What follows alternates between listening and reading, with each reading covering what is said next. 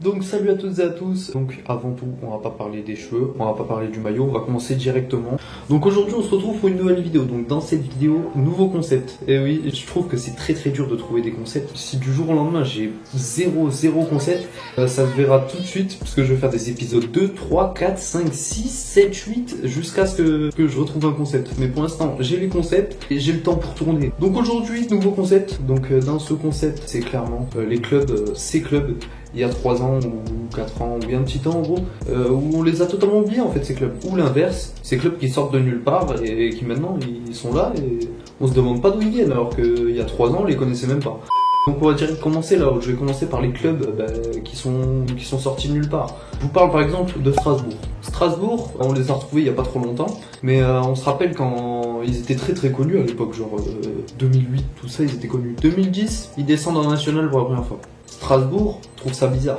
Et clairement, ils en prennent du temps, tu vois, ils restent en national, genre au calme, c'est leur vie, ils restent 5-6 ans, je crois, un truc du genre. Puis après, ils montent. Et puis là, c'est à partir de ce moment-là que l'histoire, elle est incroyable, parce qu'on les avait totalement oubliés. On savait pas qui était Strasbourg, techniquement. On les avait totalement oubliés, on les avait rayés de la carte. Et Strasbourg, ils sont montés en 3 ans, ils ont fait. Monter en Ligue 2, en finissant premier. Monter en Ligue 1, en finissant premier, déjà, c'est incroyable.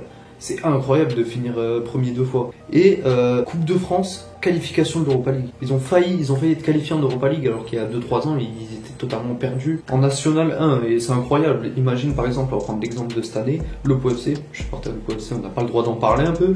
Et donc dans le POFC par exemple, est-ce que vous voyez le POFC faire monter en Ligue 2, vu qu'on finit premier, gagner la Ligue 2, puis gagner la Coupe de France et avoir un billet pour l'Europa League? C'est carrément impossible.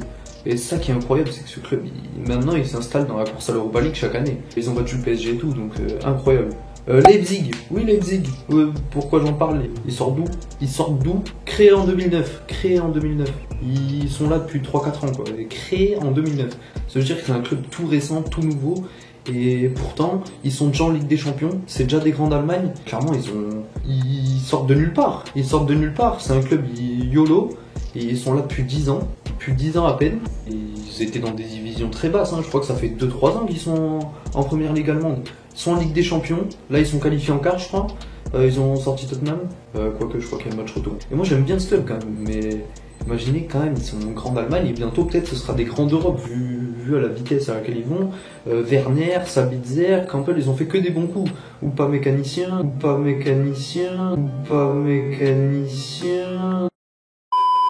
Tout est parfait.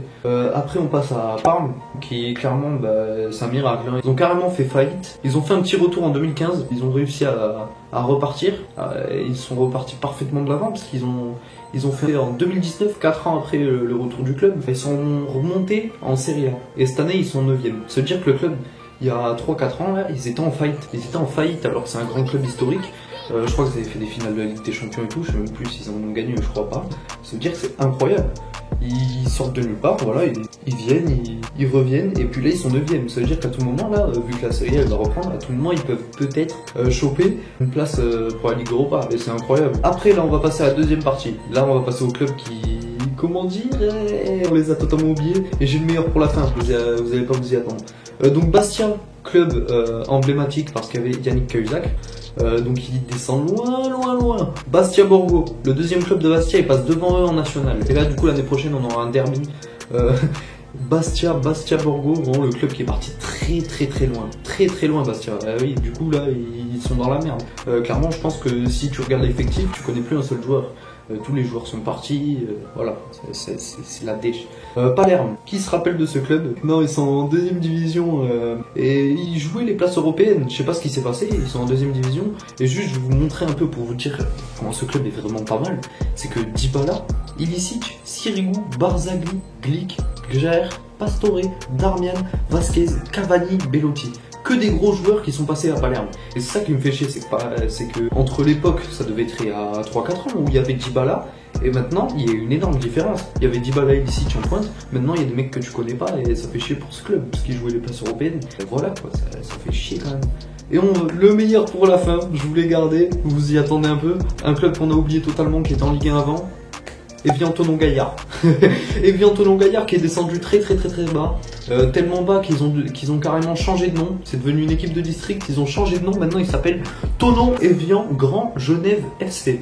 Ils sont en National 3, ça veut dire que ton équipe là de district, de village, à tout moment ils peuvent affronter le Tonon Evian Grand Genève FC. Dites-vous que ce club, il y a 4-5 ans, ils étaient clairement au top. Vraiment, ils étaient très chauds. Et voilà quoi. C'est con quand même, ça veut dire que maintenant ils sont niveau district quasiment. Pareil, c'est pas fini, là, ils vont descendre en régional 1, tu sais. Incroyable. Bon bref, c'est la fin de cette vidéo assez rapide, voilà, donc nouveau concept. J'ai eu très bons messages, de très bons retours par rapport à la dernière vidéo, je vous en remercie. On se retrouve dans une prochaine vidéo en espérant ne pas recycler des anciens concepts, en essayant d'en trouver des nouveaux, tout ça. Et je vous dis à une prochaine fois, c'est le youtubeur préféré de votre youtubeur préféré, faut demander à PFUT. Et donc je vous dis à une prochaine fois, peace.